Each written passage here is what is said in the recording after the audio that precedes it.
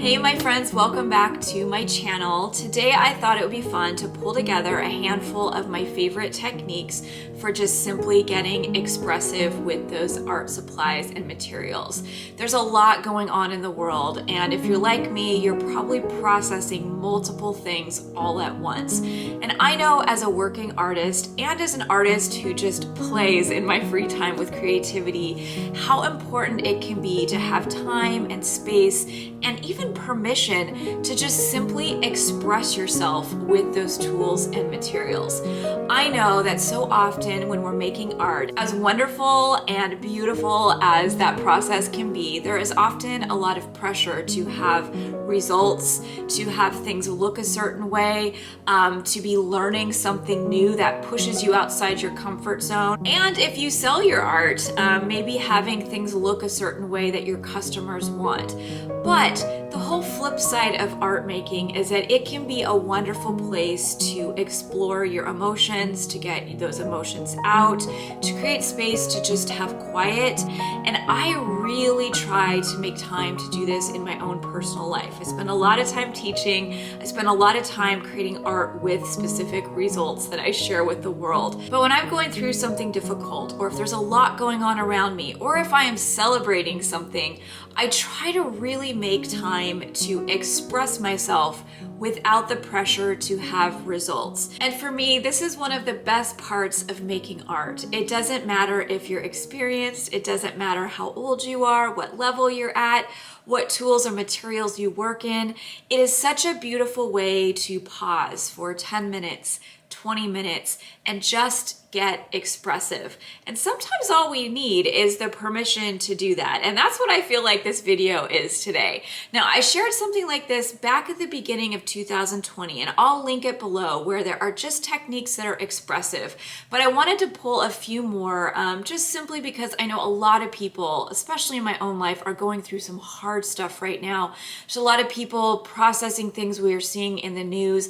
And while I am not an art therapist, I am an artist who has been making art, but also using art in my practice of slowing down, of mindfulness, expression, and just getting things out. And I want to sometimes be a resource on this channel to just give you some really quick, simple, accessible ideas that you can incorporate into your own life.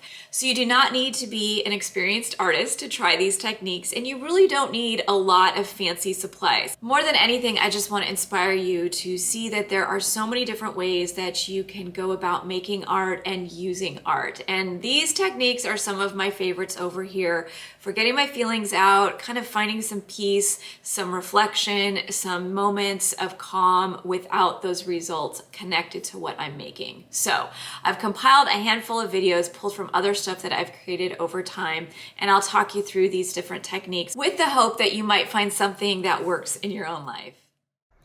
All right, so the first way I like to get expressive is simply by painting very messy and expressively on my surfaces. This could be on canvas, cardboard, wood. I'm going to be working in a variety of my different art journals and a lot of these examples. But when I work this way, I typically have zero results in mind. It is often me just getting paint on pages and surfaces to sometimes later on revisit these surfaces with layers. But I will use anything from my favorite brushes, weird tools and supplies, my hands. There is just something really wonderful about having zero pressure when it comes to the painting process and just getting color on a surface. Often when I am working this way, I will blast my favorite music, and that music can be anything from upbeat to sad to sentimental.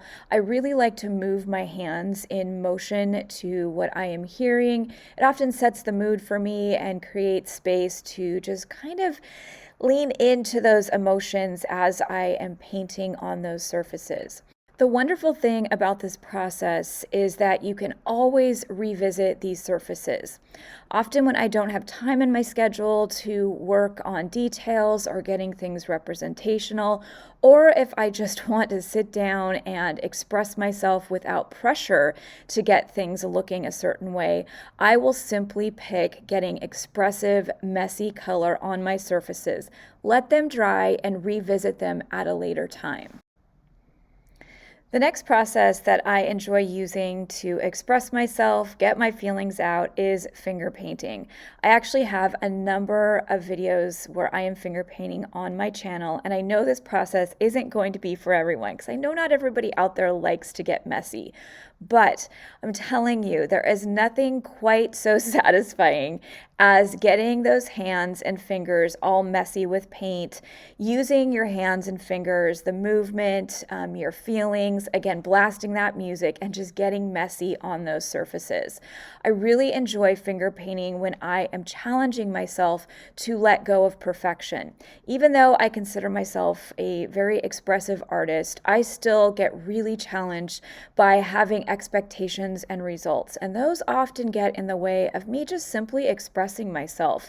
So finger painting and eliminating the need for brushes or pens and all my favorite tools and materials kind of creates this primal experience where I can get messy, things are very imperfect, and then I'm able to use my own hands to create those surfaces. This is a really wonderful way to get those feelings out, to move those hands, have fingerprints, marks, and all that energy from your movement picked up in that paint. Keep in mind this is a messy process and it can be hard on your hands and your skin. It's not something I do all of the time, and I know some people out there really enjoy using gloves or a barrier cream to keep their hands and skin a little bit protected. The next technique I really enjoy is just simple mark making. This can look incredibly expressive. It can be something that can pick up the energy and movement of your hands. It's also a fun technique to apply to a variety of different supplies. Everything from paint brushes to finger painting. I really love collecting things from nature, swiping and mark making with them on pages. I really enjoy mark making because oftentimes I am able to kind of settle into a very calm approach to the surface design. I actually really enjoy the repetition of simple marks or shapes or movements over and over again. And I often use this technique if I am wanting to kind of calm down or go into more of a mindful state. You can also use it to express yourself and get really, really energetic. But I know in my own work, it's the repetition and doing that same thing over and over again that really relieves the pressure of having to create something that looks like something. So for me, my mark making often is circles, big dots, lines. I even enjoy going back into some of my really expressive surfaces and using that mark making as a way to fill space or fields of color, or as I'm doing in this example, working over the top of some areas of scribbles or brush strokes. That repetition of marks and that mark making process is a really fun way to add the illusion or an element of details to a surface without a lot of pressure. It's also a really wonderful way to kind of wind down and relax. This is one of my favorite things to do on surfaces if I may be listening to calm music, if I'm listening to a book or a podcast, or even watching something at the same time. It's very relaxing and a wonderful way to kind of calm your mind and just get creating with simplicity. The next technique is what I call expressive journaling or expressive free writing. If you're like me, you may really enjoy writing as a way to get your feelings out. And I love to incorporate that into my creative surfaces as a way to kind of do two things at once, to write things out, get thoughts out of my mind, but also create surfaces that have a really interesting graphic quality to them.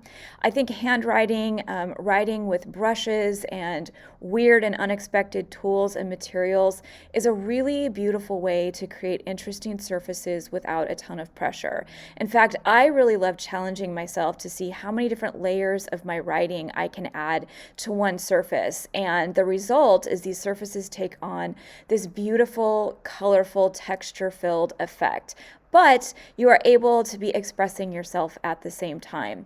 Free writing and expressive writing is something I do literally every day in my art journal as a way to, again, journal out my thoughts, but also as a way to add a dynamic quality to my artwork and surfaces, as well as be able to explore more expression and abstraction on my art surfaces.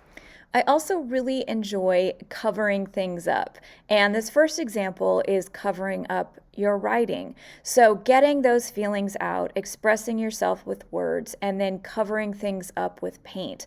I love the idea of maybe something special or personal existing below all of those layers.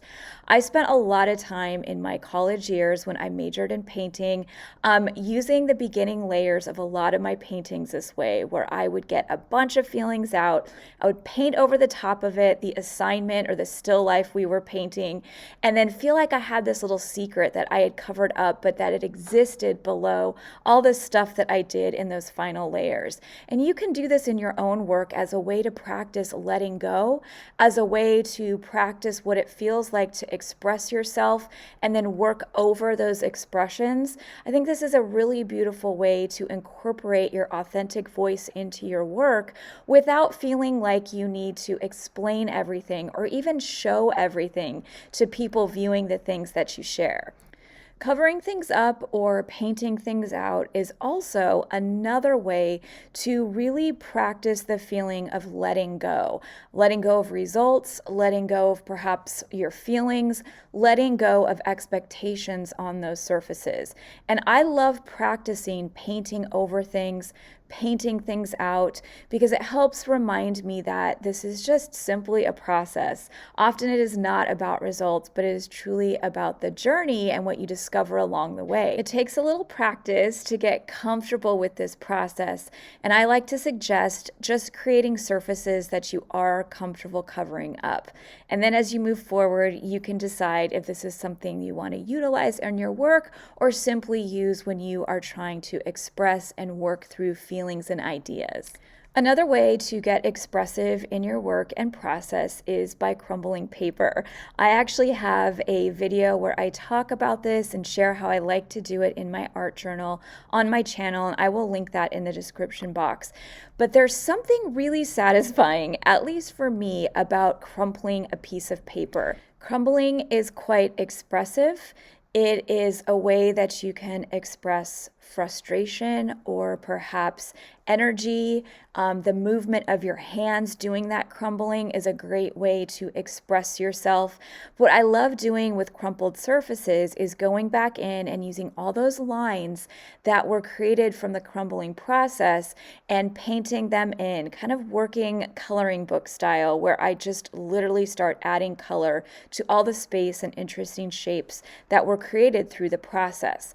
And I love the idea of having an action or a movement like crumbling, where you are able to express yourself. I use this when I am frustrated or angry and I just want to do something with that energy.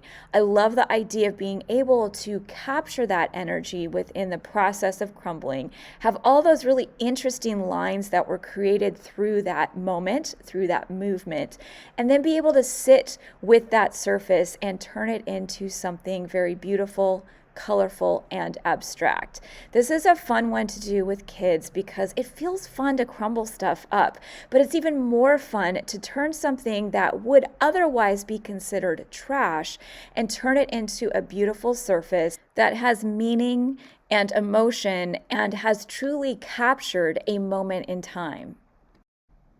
The last technique I have for expressing yourself is ripping things up. This goes along with that process of crumbling because I think there's something, again, quite satisfying, and that's something that feels a little bit taboo to rip something up, specifically your own work. But I am notorious for ripping up my own work, especially things that are maybe mistakes, surfaces I'm not happy with, things that would maybe otherwise get recycled or thrown away. And I know this process might look a little weird to some of you out there, But I really want to encourage you to use something like this to not only express yourself and get your feelings out, but look at it as a way to create something new. So the process of ripping up a surface that you've created is a way to express that moment and maybe feelings and things that you're exploring. But the process of rebuilding and remaking something from those ripped pieces of paper or surfaces really represents to me the possibility and the endless opportunities to create something out of maybe a hard moment, a difficult emotion, or truly just redefining things that you've created or maybe are not happy with. Well, I know this process is probably going to be a little bit uncomfortable for some of you out there because it just might feel weird to rip up your own work. Something I like to suggest is making surfaces specifically for ripping or cutting or turning into collage materials. I keep a big box of old surfaces, experiments, class demos that I pull from anytime I'm in the mood or want to rip, cut, and redefine things. Again, this is a really fun way to get those emotions out and turn around and create something really wonderful and creative out of all those bits and pieces. So I hope some of these concepts and techniques are something you might be able to use in your own process. Again, we are not looking at creating something that is representational, that has pressure attached to it. I am hoping that you can see these techniques as things that you can practice, play around with, and use to express yourself in your own work.